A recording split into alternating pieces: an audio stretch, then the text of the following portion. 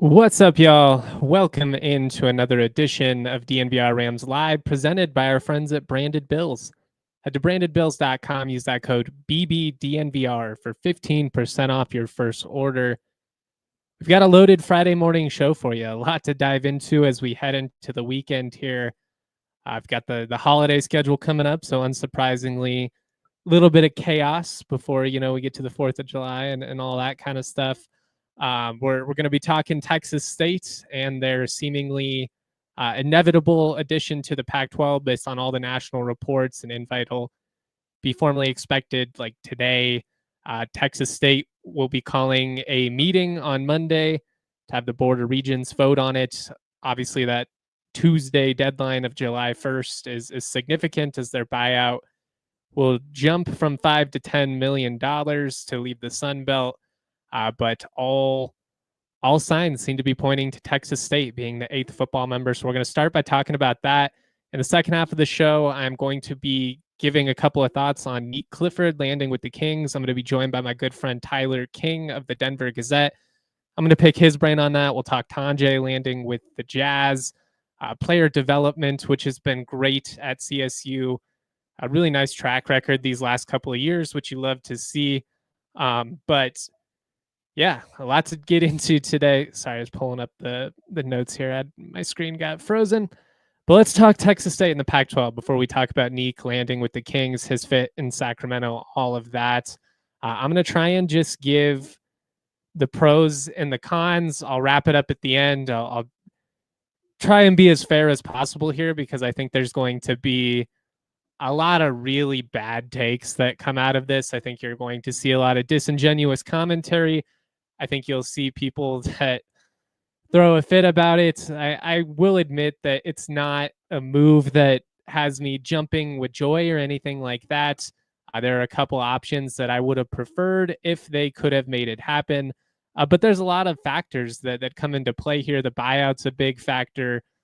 Honestly, a willingness to be bold and, bet on yourself. Like, that's a part of this as well.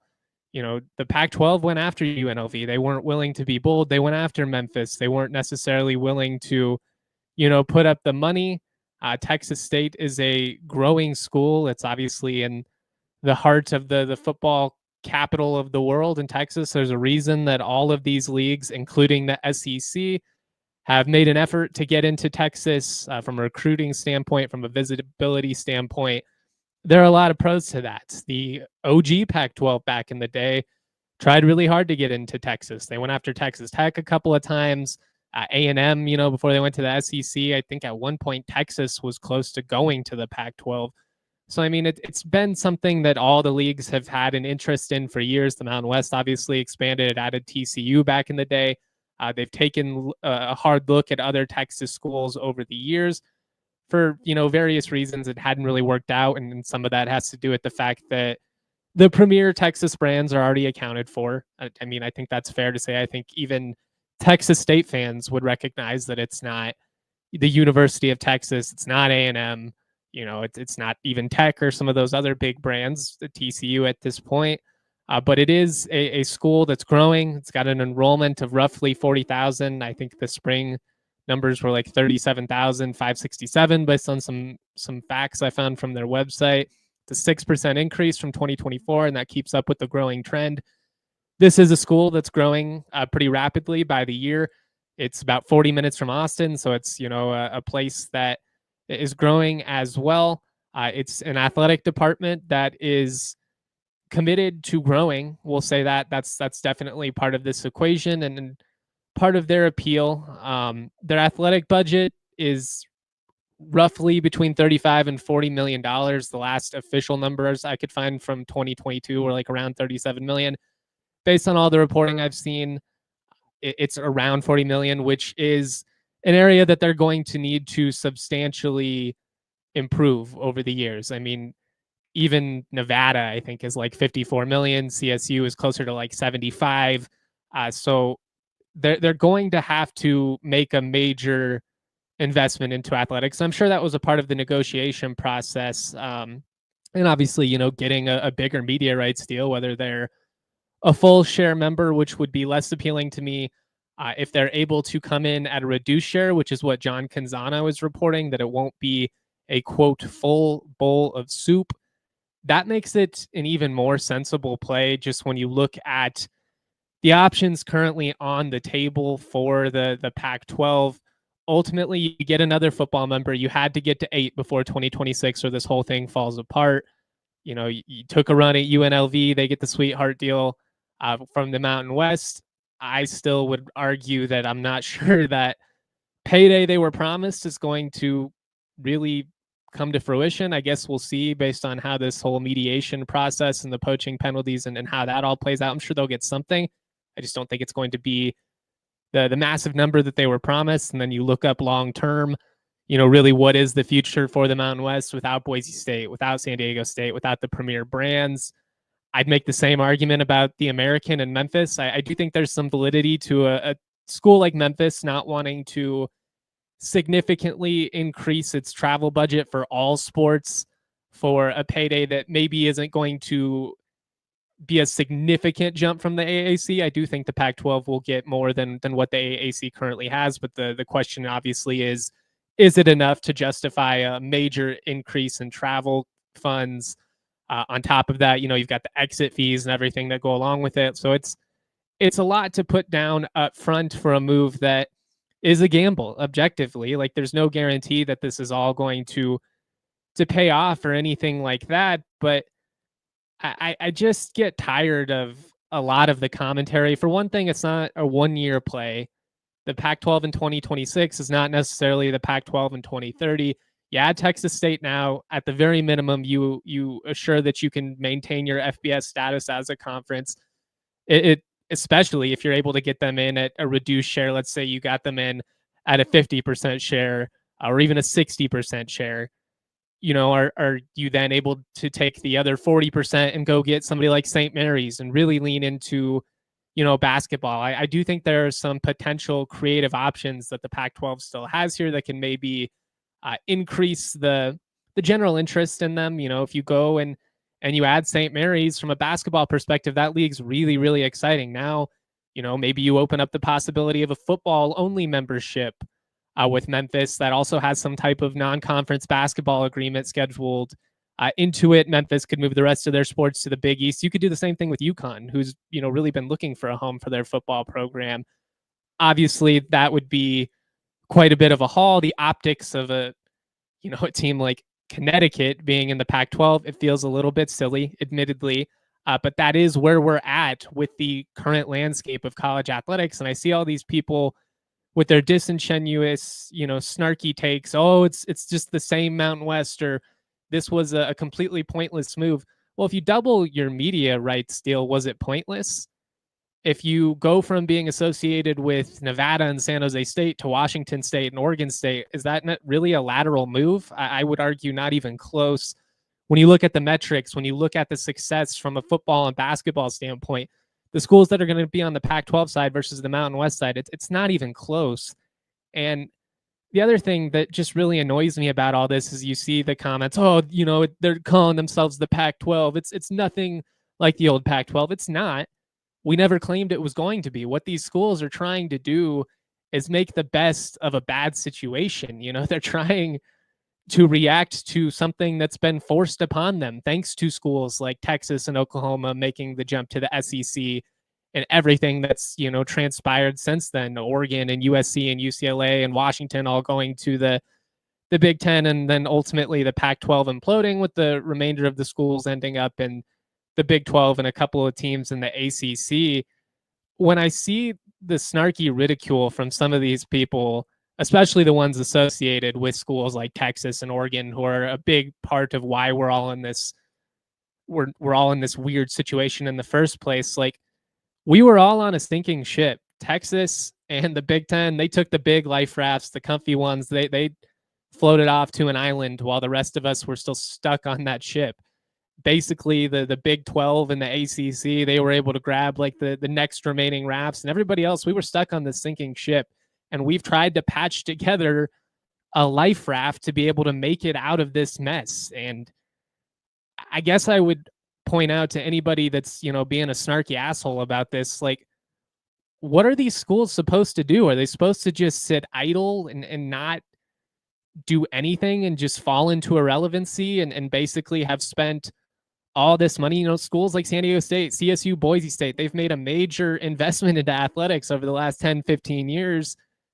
They're supposed to just do nothing and go down with it. I just don't really understand the logic behind all of that. And, sure, there are schools that I think would have been bigger PR wins than Texas State. I think that's certainly fair to point out. I do think you would take UNLV over them. Maybe I'm biased as a Mountain West guy, but we've got some people in the Toyota chat saying would rather give that 40% to New Mexico rather than St. Mary's, who I threw out earlier. I'd be open to something like that too. I don't think New Mexico would do that. I don't think they're going to drop football or anything like that, and they can't afford likely to take a 40% share. There's some factors that hurt schools in all of this that weren't really their fault. They just didn't have the resources. A school like New Mexico, with how committed they are to basketball, I do think if they had the funds to make it work, like Utah State was willing to be bold after, getting the secondary invite, I think a school like New Mexico would do it. They just can't. They don't have the money. You could say the same thing probably about like Wyoming, although I don't know how appealing Wyoming would have been to the Pac-12 in the first place. But you're making the best of a bad spot, man. You need that 8th football member. And it really comes down to logistics at the end of the day. Like, if you can get Texas State for $5 million at a reduced share versus spending close to $30 million to go get Memphis, who isn't necessarily stoked about being involved with you at the moment anyways, that kind of seems like a no-brainer to me. Like, yes, there is some risk here. I think it's fair to point out that, outside of the last couple of years, Texas State doesn't really have a proven track record of success. They're coming off of back-to-back 8-5 seasons. They've won a couple of bowl games. Attendance is on the rise, all of that. But they've got a really good coach right now on football. So what happens when he inevitably gets poached by a bigger school? Are you able to maintain this upward trajectory that you've been on with football the last couple of years? Or is this more of an outlier and you fall back, more to the mean, which is just certainly possible. This move doesn't do a ton for you from a PR standpoint. Again, it's going to probably result in more snarky commentary, albeit disingenuous and lacking important context than, had they gotten Memphis or something like that. I think it would have felt like more of a win publicly. It doesn't do much for you outside of filling the football league. Basketball, they were 198 in net last year, basically a 500 program at best most years. Although Kevin Lytle pointed out a week or two ago, they did have kind of a nice stretch from 2018 through 2021.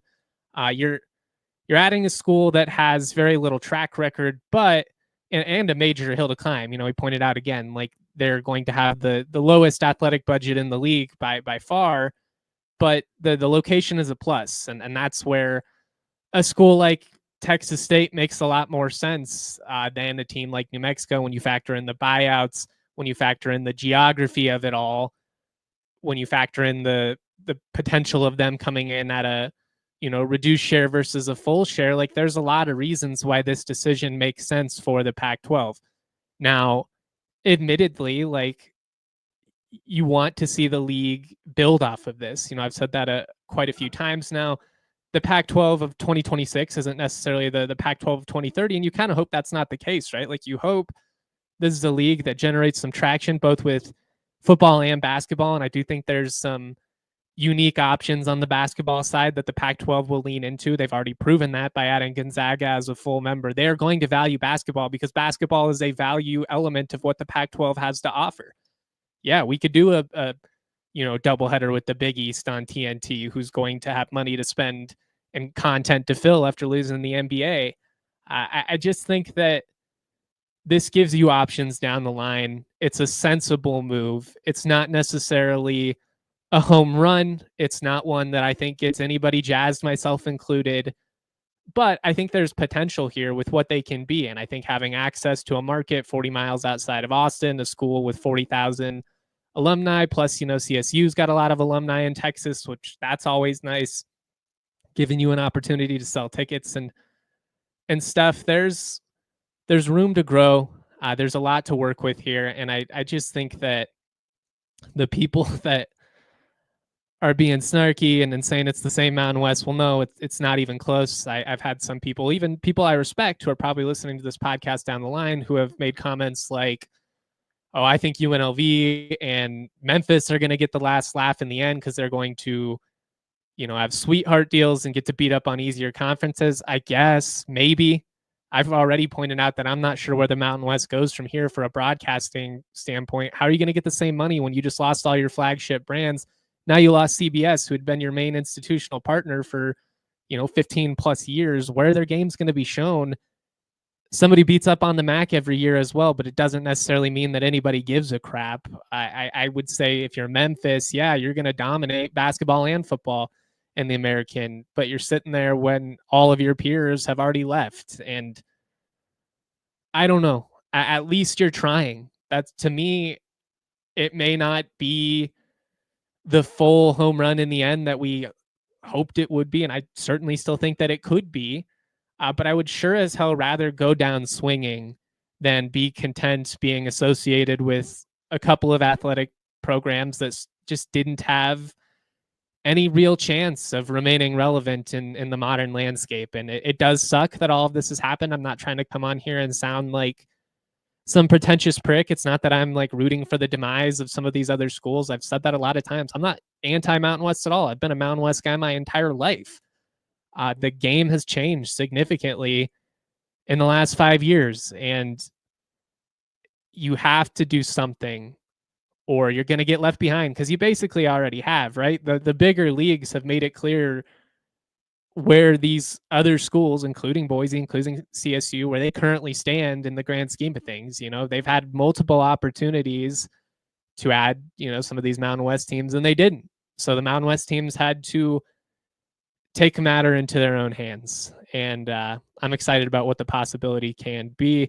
We're going to move on here. We're going to talk Nique Clifford and his fit with the Kings. If you got any questions, throw them in the Toyota chat. We can come back full circle at the end. Shout out to everybody rocking with us, by the way. If you wouldn't mind giving us a thumbs up on YouTube, I'd appreciate it. But we do need to take a quick break here and pay the bills. I want to talk to you guys about Cake Mortgage. Cake is the business owner's home mortgage partner. They specialize in non-QM loans. If you're a business owner, if you're a regular employee of a company, it's a different process, with how you're reporting taxes and income. If you're just a standard employee, you get a W-2, shows your income on your tax return. It's super simple. Traditional lenders, they like this because it's simple. If you are a business owner, if you're an independent contractor or something like that, the process can get wonky, can be hard to get, business loans or any types of loans, because their tax returns are going to show, very little income. It's a weird process. What's nice about Cake is they can get business owners approved by validating your cash flow through bank statements, through certified profit and loss statements, or business tax returns. It's good for creative professionals, for contractors. It's really, really cool stuff. Head to the link in the description to get started. Cake Mortgage Corporation, equal housing lender, NMLS number 1734623, licensed in Colorado by the Division of Real Estate. Terms and conditions apply. Just like your favorite team needs a home court advantage, your home needs a home floor advantage. Empire Today can help you get it. Empire Today has flooring experts, dedicated flooring professionals who focus on flooring every single day. We've all been to those big box stores. You're just wandering the aisles aimlessly. Who knows if the employees actually know what they're talking about? No disrespect or offense to them. They're probably being moved around from department to department. When you're working with Empire, you're working with people who are experts at their craft. They live and breathe flooring day in and day out. They're going to be with you every step of the way. Schedule a free in-home estimate today, because some things are just better at home. DNVR listeners can receive a $350 discount when using the promo code DNVR. Yes, you heard that right. $350 discount with the code DNVR. Restrictions to apply. Visit EmpireToday.com/DNVR for full details. We'll be talking plenty about the Pac-12, next week as it all becomes official and whatnot. But that's my instant reaction to all this. I understand some of the skepticism regarding Texas State, and I think some of it is fair. I think a lot of the commentary lacks context and logic, and I think there's a lot of people with axes to grind, but, it is what it is. I'm looking forward to keeping this all rolling here. Taylor says, can you touch on the DirecTV CBS deal? Basically, it just means it'll be available through DirecTV, which was not the case with the Pac-12 network. That was part of the issue, was their lack of visibility. They could never get a deal done with DirecTV. You had to have Comcast, and the whole sports rights process has become such a nightmare as a fan, to be honest. Like, you look at the altitude stuff, you look at all of this and the impact. It was a factor with the Mountain way back in the day too. People forget that the Mountain West actually had a TV network before all the other big leagues. They were ahead of their time, but media rights have been wonky. You want to be available on every main distributor is the simplest way to put it. The Pac-12 network was not.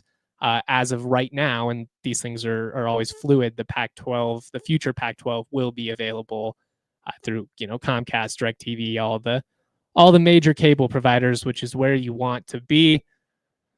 All right, we're going to be joined by Tyler King here in about 10 minutes. My good friend does an awesome job covering CSU and really all things Colorado sports. He's got a great basketball podcast as well. Subscribe to him, follow him on Twitter, all of that. Before he comes on, obviously the other night, Nique Clifford goes 24th overall in the NBA draft, lands in Sacramento via a trade with the Oklahoma City Thunder. Not my favorite landing spot if I had to pick, like my top 5 places I was rooting for him, mostly just because I'm a Nuggets fan and I wanted him to land in the East so I don't have to, root against him in games where they're playing each other. I'm always going to be rooting for Nique's success. But I don't think it's a dumpster fire situation or anything like that. The other day we were talking about how the dysfunction in Memphis, made me weary. They do have a pretty good track record in terms of hitting on their draft picks, but just it's been a dysfunctional team with a lot of outside noise, a lack of leadership. I think part of that has to do with who they've invested in as their franchise player, but that's, a whole separate rant. But like Atlanta was another one that I wasn't stoked on. New Orleans, I think, is a disastrous situation right now. I really didn't want him to land in any of those places. Sacramento, they've messed a few things up with a couple of guys in the past, but it's a place you can be competitive. And as we have a Kings fan in the Toyota chat here, which I love to see, he says he loves the pick. It's exactly what the Kings lacked and needed. I do think there's a path to playing time in Sacramento, particularly with what Nique is going to bring to the table defensively. I think they can use some of that, his length, his versatility, his ability to guard, switch 1 through 4, even, 1 through 5, depending on who he's going up against. If it was like a Draymond Green type, a smaller 5, I think Nique could handle himself. Now, you're not probably going to put him on a true 7-footer or anything like that for extended series. But that defensive versatility makes him such a strong selling point to any of these NBA teams. Obviously, he's really grown in the last couple of years as a scorer and a playmaker, the ability to get to his spots, the ability to create quality looks and hit them from all areas of the floor. He went from a guy who was very inconsistent at CU to one of the more lethal and clutch players that I got to cover at CSU. I mean, you look at the shot making in some of those games down the stretch this past spring. I mean, that was not normal, especially for this league. Like, you're not even seeing that pretty consistently in like the Big 12 and the ACC. He was making NBA baskets. He's always been an NBA caliber athlete. It was just that refinement and obviously the growth that he's shown, his confidence in himself, all of that. There were still moments, when the old Nique would come out, like he wanted it too much against CU and Boulder. You could tell, tried to do way too much right off the bat. Do you think he got in his head in that one? But he responded every single time. And I talked about this with Steve Ivey the other night on his post draft or on his draft live stream. Was I really feel like there's a chance here that Nique's ascension has really only just begun. And I understand that he's a 23-year-old player, and that's why he didn't go in the lottery when I think he would have had a chance at least to go in the teens. I think he's one of the most NBA ready guys coming out now. I think he's one of the most versatile players in this class. and you see a lot of the people nationally saying this type of commentary too. It's not like just me as a CSU guy, sitting here trying to prop up my guy. Obviously, I'm always going to be rooting for Nique, but I just think that he's a guy that can impact winning right now for you. And I think that a lot of these teams tend to go after the same type of project picks year after year. Some of these 18, 19-year-olds who have, freaky athletic qualities, no doubt, but are just so far from being ready to be impactful, winning players in an NBA rotation. And Nique is just the opposite of that.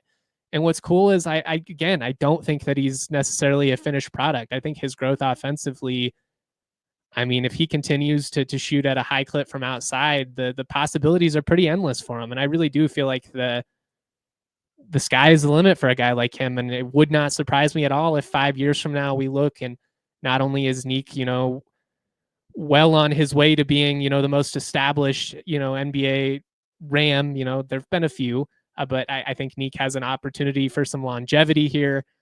And I think when it's all said and done, when you look back like 4 or 5 years from now, people are going to be thinking, how the hell did this guy fall out of the top 15? How did he go to 24?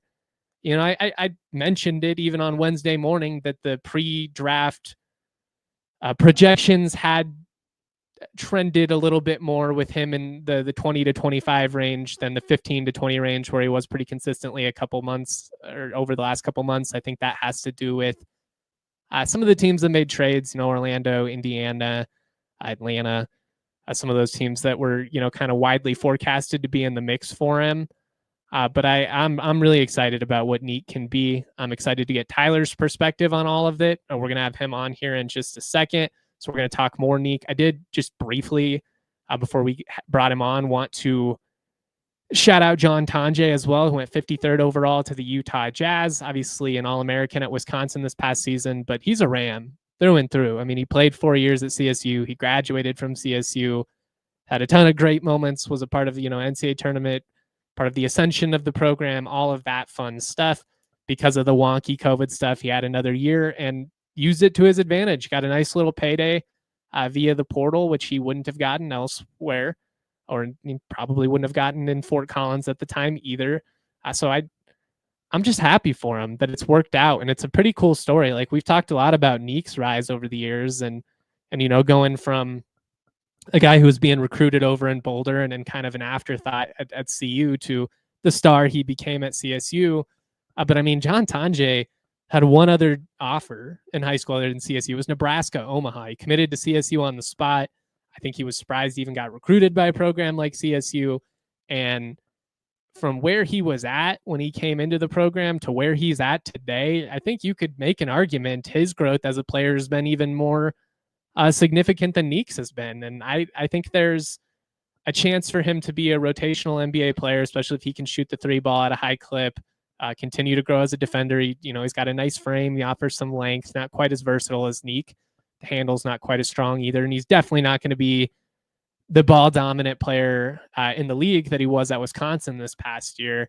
But man, when you look at CSU's record of their record of player development here, the track record that they've been able to establish, it's really impressive. And what we have seen over the last 5 years is not normal. Again, sending 4 guys to the NBA in, a 4-year span, that's really, really impressive. And I just hope people are able to appreciate that. I do think this is a really key stretch here. Like, we don't want to just get content and act like we've arrived, we've made it. I think continuing this ascension as a program is going to be paramount.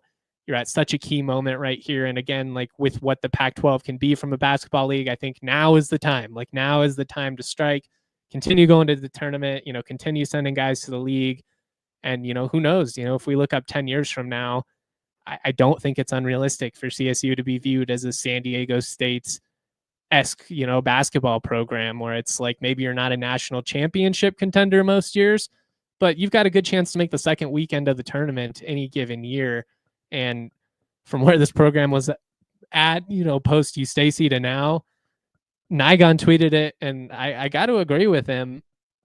As much heat as Joe Parker gets, and rightfully so with a lot of it, the ability to steal Nico Medved from Drake after he had already committed to Drake, and that was a really tough thing for Nico because he's not that kind of guy to go back on his word like that.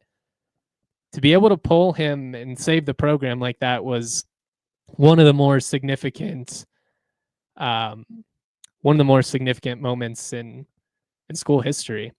Mile High Minute says, notice CSU gave a shout out for John. CU didn't shout out Nique.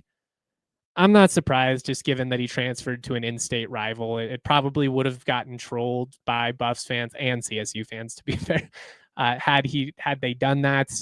Also, John graduated from CSU versus, Nique didn't. He graduated from CSU, but it is interesting, right? How that has all played out. And I don't blame people that don't necessarily view portal players as like their guys anymore. I think every situation's a little bit different. I think when somebody played 4 years, they graduated, they're undoubtedly, a Ram for life. But I'll always be rooting for John because he was a really good kid, and I got to witness his growth over the years, which was a really cool story.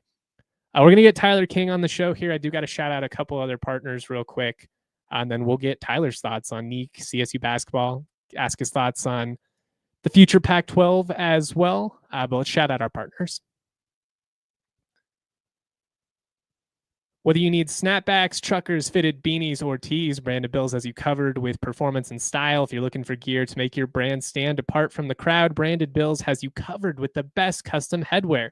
Start your order, and their dedicated team will help you create the exact custom apparel that you need. They have a partnership with Colorado State. I've talked about that. I'm going to get a couple of hats. Should be here any day, I think. I'm really excited for them. They've got a great selection. Go check it out, the Branded Bills website. If you're a golfer, if you're active, they've got really high quality headwear that's great for when you're out and about, stylish, holds up. Head to brandedbills.com. Use that code BBDNVR for 15% off your first order.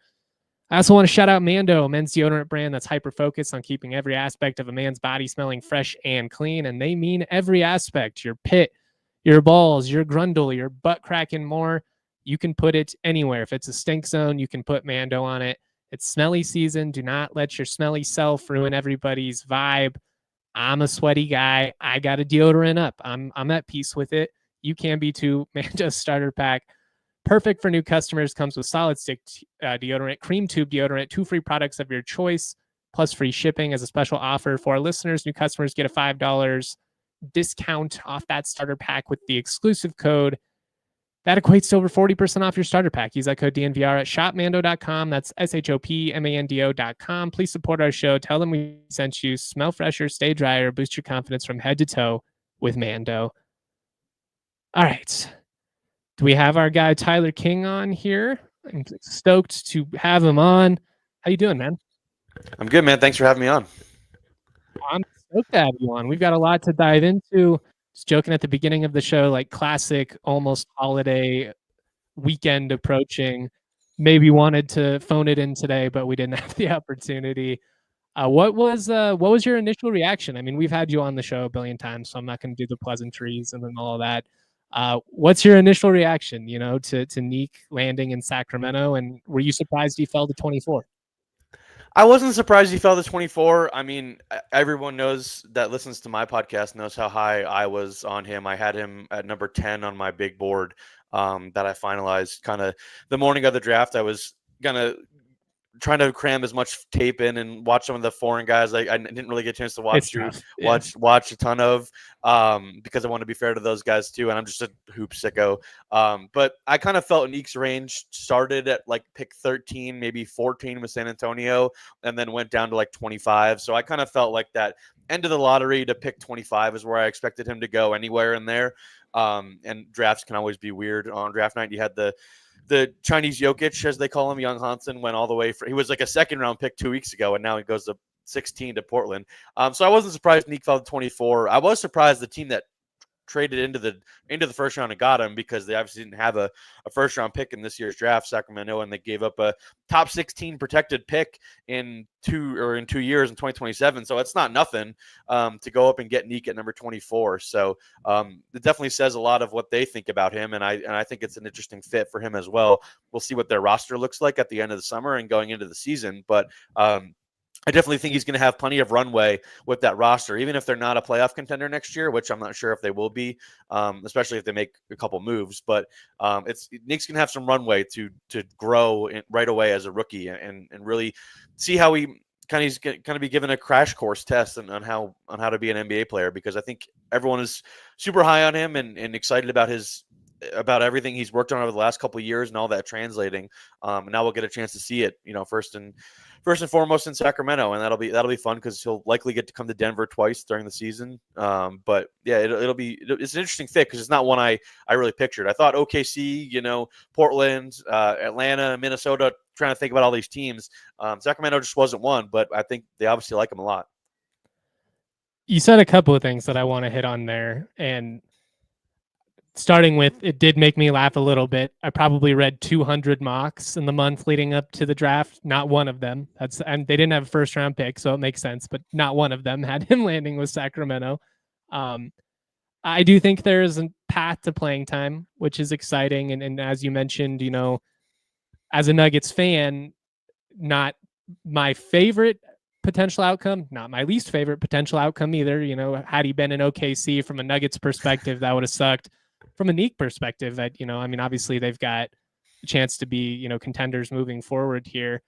But do you have any fears about Sacramento as an organization? One of the things that I do think hurt Roddy early on in his career was just the dumpster fire that was the Memphis locker room. It wasn't his fault, but there was just so much going on. They had no leadership. I don't think Sacramento's in that same boat necessarily, but their track record isn't phenomenal either. Yeah, I think we got to give this new front office a chance, at least. Scott Perry took over as the GM at the end of this past season. Doug Christie was the interim coach after they pretty stunningly, I thought, fired Mike Brown mid-season, a guy who was well thought of throughout the league. But Doug Christie did a pretty solid job. Everyone remembers him as a player, as like a kind of a defense first guy and just kind of a tough guy and someone that was revered by his teammates during his playing days too. So it seems like that'll be a good culture fit for Nique. But like I said, we'll see what the rest of the offseason looks like for Sacramento. I think that's going to determine a lot about how I feel about Nique in Sacramento, because DeMar DeRozan could get traded. We'll see what they do with some of the other guys like Zach LaVine. They got him in the De'Aaron Fox trade. Domantas Sabonis, they have some talented guys. For sure. Like Malik Monk is there. There's been rumors about him getting moved. They've got some decent young guys too, like Devin Carter, who they took in last year's draft. I was super high on out of Providence. Keon Ellis has been pretty impressive. But I think Nique fits right in there with that kind of wing rotation. I feel like he'll be a guy that could play some backup point guard a little bit too if they need, but just kind of fill a need and off the bench for those guys. And I think he'll play well alongside either DeMar DeRozan or Zach LaVine when he likely plays alongside them at times during games. But I think I would give, obviously, yeah, Sacramento has kind of been one of the jokes of the league for this century, at least with Vivek running the show. It hasn't been like we said, it hasn't been the most well-run franchise, and they're not often in the playoffs. But I think we have to give the new front office a chance at least to see what they do this offseason, because I don't know, they might be in not blow it up territory, but really trying to scale down and getting away from this current era. With I obviously moved on from De'Aaron Fox, and now they've got some veteran star-ish players that are on expensive contracts, but it might not be enough in the West right now. So we'll see what they decide to do. But I think Nique is in a good spot, at least with the coaching staff. They obviously liked him a lot, as I said, to give up a future. Yeah, I mean, you're given significant capital, so to trade up to trade him to get him. Yeah. Yeah. So I think they deserve a chance, at least to see what they do the rest of this offseason. And then, I trust the coaching staff to get the most out of Nique. That was one of the things that jumped out to me definitely when I was diving at the roster, and obviously it's going to be different, come September than it is right now. But you look at it and it's just a lot of guys who are good, but it's also that weird spot where it's they're just good enough that they're going to want to go for it, but just bad enough that it could just lead to a disastrous scenario. Yeah, that is true. Yeah, like I said, DeMar DeRozan, Zach LaVine, those guys make a lot of money. Well, I think DeMar DeRozan's on a decent contract, and there were some Miami rumors with him at some point. But I think they've got plenty of good pieces. I did like the guy they got in the second round, Maxime Moreno from Stanford, the big man. He was a guy I had in my top 30 on my big board, so I liked him a lot. I mean, they had some guys that they've traded for recently that have come on strong, like that have improved since they got there, like Jake LaRavia, another guy who was on that Memphis team with Roddy, had a nice season there. I like Keegan Murray. They drafted him in the top 10 a couple of years ago out of Iowa. Just a really good shooter and a solid defender at the 4. It'll be interesting to see. Like I said, Keon Ellis has come on strong recently for them as kind of a smaller guard, but a guy who's a pretty good defender. So I mean, they've developed guys that maybe other people weren't as high on into pretty quality, whether it's first guys off the bench or starter caliber players like a Keon Ellis. So I think they could do something similar with Nique at kind of the 2 or the 3, wherever they kind of see him playing the most. But I think right now, as a backup to DeMar DeRozan, I think that's you can do worse if you're Sacramento. So I think there'll be plenty of opportunity for him to make his name heard and to work his way into the rotation. So I think it's a good spot right now. And like I said, we'll see what the roster looks like at the end of the summer, because the NBA still feels a little bit backwards that they do the draft before free agency and all the trades and stuff. But it is what it is at this point. So we'll see. You were in Fort Collins, with me the other day when we were at CSU basketball practice, and I will ask you just kind of what your initial reactions are here in just a second. Obviously, a ton to be sorted, between now and the regular season. I'm not asking you to give me a starting 5 and predict their record or anything like that. I can do it. I'll do it. But, obviously there was more media than usual, just given it's dead of summer and they had the Nique stuff. And there were a lot of questions about him. And one of the things that Ali talked about when he was asked, I believe it was by Kevin, but I'm not 100% sure, essentially, like, when did you know Nique was really an NBA guy? Like, he always had the athleticism. We've talked about that. You saw him in Boulder. Even when he was struggling and had so many things to put together, you knew the athleticism was there. You saw the potential from the beginning. But, I mean, his growth, especially offensively, but really his entire game over the last couple of years has just been so tremendous. Ali mentioned, like, just some of the things he does defensively, like clogging up passing lanes, the explosiveness, like you could tell from the beginning, man, that's an NBA guy. Do you have a moment, and this might be hard on the spot, but do you have a moment when you remember seeing Nique and being like, oh yeah, this guy's for real? I actually posted the clip a couple days ago. It was from his sophomore season in Boulder. I think there was like a transition play with they were playing USC. USC was ranked at the time. Yeah. It was a January game in 2022. It would have been. It was one of my first games seeing Nique in person. I just really started covering Buffs basketball at that point, and KJ Simpson kicks it to Nique at like the 3-point line. He takes like 3 steps and just dunks all over Drew Peterson, who was a really, really good player for USC, and a guy who I think is either in the G League or has kind of had a cup of coffee in the NBA. But it was one of those plays where he just rose up and it felt like he could have touched the ceiling if he wanted to. And it's still one of my most memorable moments at the event center of the last couple of years. And I think it was around then when I was telling people, whether with the Buffs or people that covered the Buffs with me, like, this is a team that had KJ Simpson and Tristan Da Silva on it, and Jabari Walker too. And I was like, I think Nique Clifford has the best NBA potential on this roster. And he ends up getting drafted in the first round. Now, Tristan went a little bit higher in last year's first round and a little bit worse draft, but I think Nique, I've always, since around then, I really felt like Nique was going to be an NBA player if he was ever able to put it all together, which he obviously did this past season.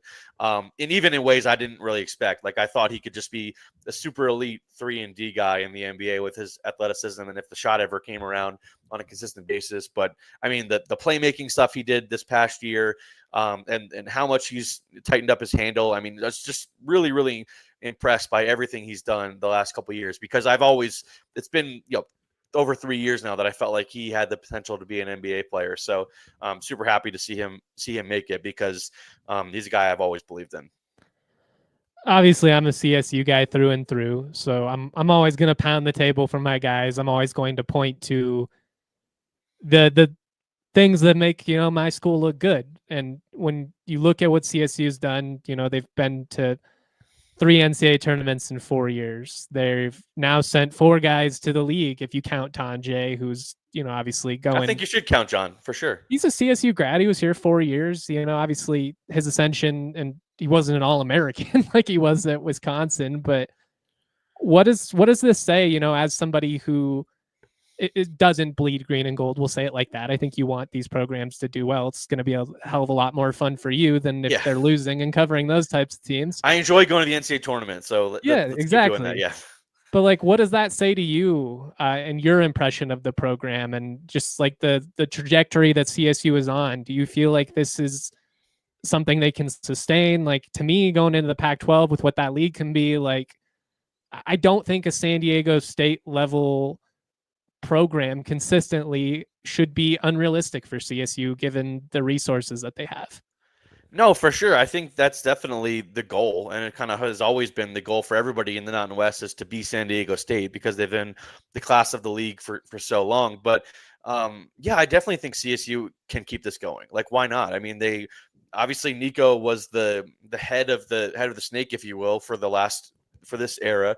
But I think Ali has had as much to do with that as Nico, and I think you've got to be really encouraged by how much he's developed guys. And the stuff we don't see away from practice and all that kind of stuff throughout the summer.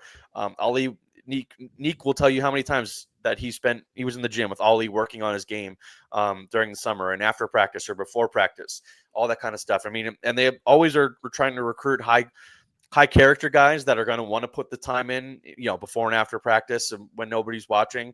And those are the kinds of guys that Ali loves to work with. And I'm not sure if there's an NBA guy on the roster right now, but I didn't think maybe there was 2 years ago either. And then they end up sending both Isaiah and Nique to the league from that roster. So it'll be interesting to see what this year's team looks like without maybe a true star like they've had for the Roddy and the Stevens and the Clifford era the last 6 years at this point. We'll see what that looks like. But I mean, I have all the confidence in the world that they're going to get the most out of this roster, whatever we end up thinking of it by Christmas or in January.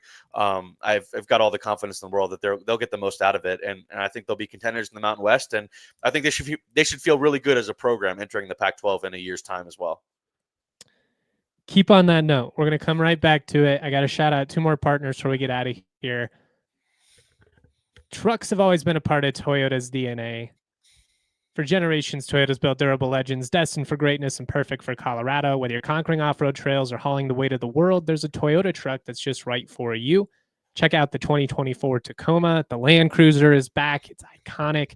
They've got 17 models with available all-wheel drive and four-wheel drive, like the 4Runner. 16 hybrid vehicles to choose from. And remember, Toyota, they've got more low and zero emission vehicles combined than any other automaker. Toyota is a proud partner of CSU Athletics and the official vehicle of DNVR. Toyota, let's go places. Coors Light encourages you to never lose your chill. Life's going to test you. Getting worked up, it just doesn't do anything. Not positive, at least. I've learned that the hard way far too many times in my life. So you got to do the little things, man. I found getting in the sun, sweating a little bit, doing a little bit of yard work, a good workout, whatever you've got to do, read a book, meditate, put yourself in that chill state of mind. Then, once you're in that right place, kick back, put your feet up, crack open an ice cold Coors Light. When the mountains turn blue, it's as cold as the Rockies. Coors Light is cold lagered, cold filtered, and cold packaged for a smooth finish. Make the most out of the times you choose to chill. Choose Coors Light. Get Coors Light delivered straight to your door. Visit CoorsLight.com/DNVR. Celebrate responsibly. Coors Brewing Company, Golden, Colorado. All right. I know you've got to get out of here in a couple minutes, so we won't spend too much time on all of this, but what are your kind of general thoughts on what you saw from CSU so far? Your initial thoughts on the roster? One of the things I think I mentioned that day, from an eye test, like physically, athletically, they look like a bigger, stronger team, than a couple of years ago. And I think that's a product of the success that they've had. It's probably opened them up to a different caliber of athletes, like a San Diego State. But what stands out to you about this team in June? Positional versatility. Like, I think there's a lot of guys on this roster that can do a lot of different things. I don't think there are many guys that'll be pigeonholed into being the point guard or a wing. I think there's a lot of guys that can handle ball handling responsibilities, a lot of guys that can play in the post as bigs or stay on the perimeter and knock down threes or set screens and all that kind of stuff. I think there's a lot of guys that can do a lot of different things on this roster, and I think it's going to be fun for the coaching staff to try to piece this together, because I do like the pieces they've added. I think you're right. There's a ton of athleticism with this team, and it was interesting to see them kind of put the initial pieces together for a very complicated offense, and the guys struggling and maybe getting frustrated with each other at times. But I just think that shows that they care, and they're really trying to buy in, because I think they know once they get it down and they get the offense in sync with the athleticism and everything, all the talent that these guys have, I think it'll mesh really, really well. And I like a lot of the new guys were really, really impressive. I think obviously Josh Pasquarelli is maybe the headliner for me among the new guys, as a guy that'll probably be counted on right away to play a big scoring role.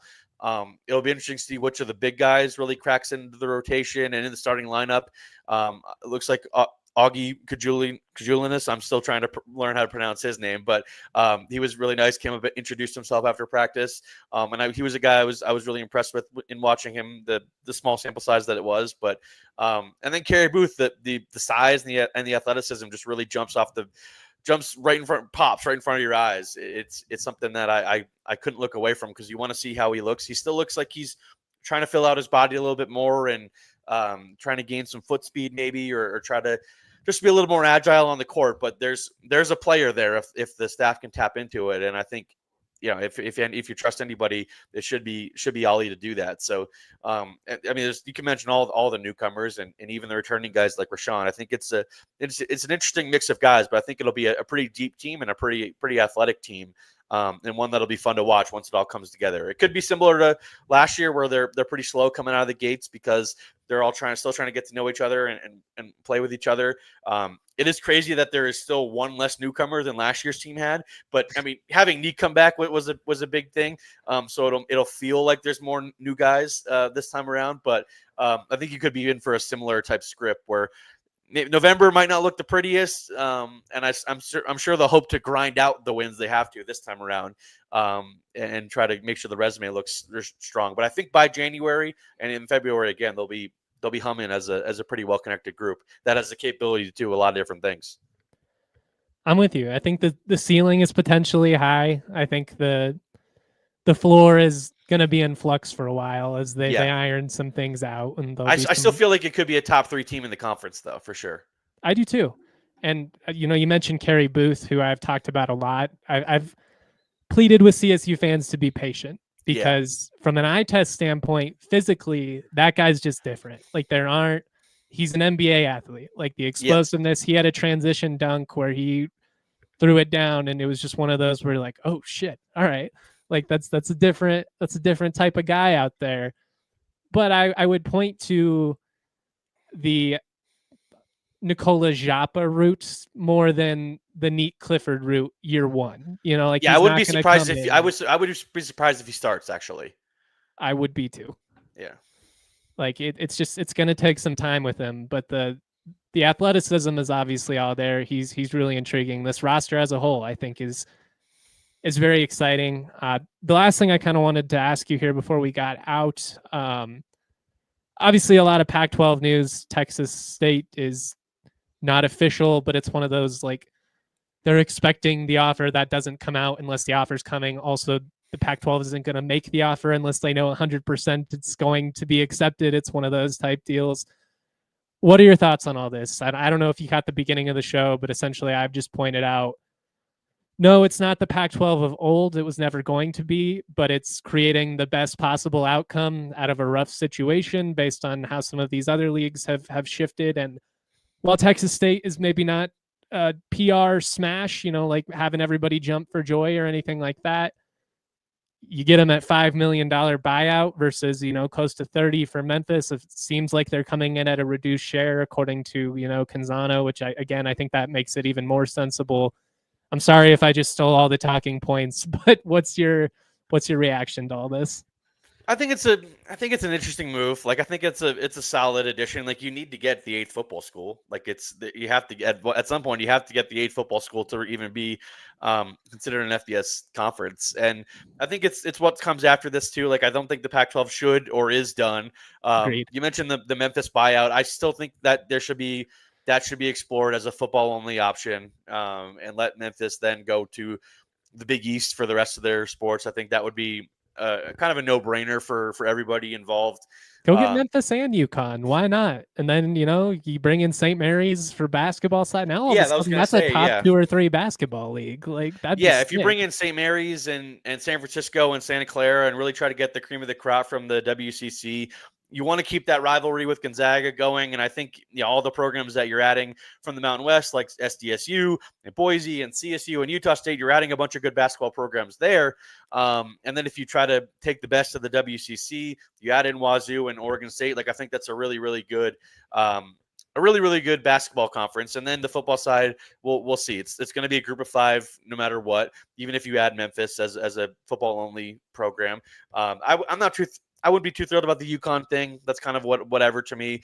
But just kind of do all those little things and then set yourself up in a couple of years if, like we've talked about before, even last summer, like if Cal and Stanford get sick of the ACC thing, be right in position to grab those guys, bring those guys back, because then you're really talking as a football program if you're able to add those programs back and setting yourself apart from the group of 5. So it's a lot of dominoes still to fall, but I think getting to that 8th football school was the most important thing. And Texas State is a solid football program for sure. I admittedly don't know anything about their other sports, whether from hoops to baseball to whatever else they've got, but it's a fun little town there in San Marcos between Austin and San Antonio, and it's a pretty big school as well. So it should be a fun fan base to have in the Pac-12 and a solid football program. I like GJ Kennedy, the coach there. I think they've done a really good job the last couple of years. He's a guy that I've kept my eye on as a guy that will probably coach in a power conference someday. So I think it's a solid addition on the football side, and then we'll see what comes after it with Memphis, like I said, and if they're able to poach some more WCC schools to make a super basketball conference, which is all I care about. I'm stoked about the hoops possibilities. I know me and you are going to have a lot of fun nerding out on that, probably more so than the masses, but I don't care. Yeah, I would love to see San Francisco come into Moby or Santa Clara and all those programs. I mean, Santa Clara had Jalen Williams a couple years ago, and San Francisco's got Bill Russell hanging in their rafters. Like I think those are some cool markets and some cool historical programs you could add to an already pretty fun hoops conference. I think the basketball value is understated, particularly if you're able to get, if you're the second half of a doubleheader with the Big East on TNT, who's going to have content to fill. Like there's a lot of possibility here. Tyler, as always, man, I appreciate you coming on with us. You know how much I respect everything that you do. I wouldn't bring you on if I didn't, but also I just have a great time talking hoops with you. Make sure you guys subscribe to his podcast, Basketball in the Mountains. They talk on all things in the Rocky Mountain time zone, which is a unique angle. He does a great work at the Denver Gazette as well. What's your Twitter at? King_Tyler B. I've got a very common name, so I got to get creative with the Twitter handle, but that's what it is. That's fair. Give him a follow. It's worth it. He does a great job covering CSU. I'm not just saying this because he's my friend and on the show. I would say out of anybody who doesn't cover CSU full time, it's not even close. You're by far the top guy. So make sure you're checking all that out. Subscribe to his work. Give us a thumbs up on YouTube, all that fun stuff. Have a great day, man. Thanks for joining us. Yeah, anytime. Appreciate it. All right. Before we get out of here, just a couple of final thoughts. Again, please support Tyler's work. He does a great job. CSU fans clamor for Denver Post coverage, and this isn't me like taking shots at the Post or anything like that. There's a lot of things out of the staff's hands at the Post right now with their ownership situation. It's kind of a disaster, but the Gazette does a really good job covering CSU, and Tyler in particular is very committed. He makes the effort. He comes to practice. He comes to games. That's a hell of a lot more than a lot of the people in the Denver market can say. So we'll just leave it at that. Support him. He does great work. If you are looking for NHL draft content, the Avs guys, they'll be live most of the day today. I'll probably hop on at a couple of points as well. Finally, if you would subscribe to the newsletter, it's free. You can do so at newsletter.thednvr.com. You can get it sent to your inbox every single morning. Everything you need to know about Denver sports in less than 5 minutes. I get a lot of CSU stuff in there. Obviously, when I'm making the decisions, I get to decide what we focus on. But we've really spent a lot of time revamping it. I think it's turning into something pretty cool. I would appreciate it if you guys would at least check that out. Much love to our super producer, Alyssa, behind the scenes, making all of this possible. So much love to all of you in Ram Nation for supporting all of our CSU content year round. I mean, it's the dead of June, and we're still going live multiple times a week talking about CSU. Like, think about that compared to 15 years ago, where it would feel like basketball would end, and then it was just nothing until August, until camp rolled around and we started getting a couple of newspaper stories. It's pretty cool to think about. Thanks for listening to the DNVR Rams podcast presented by Branded Bills. Head to brandedbills.com. Use the code BBDNVR for 15% off your first order. Much love, y'all. Always proud to be. Peace. We all silly like the mayor.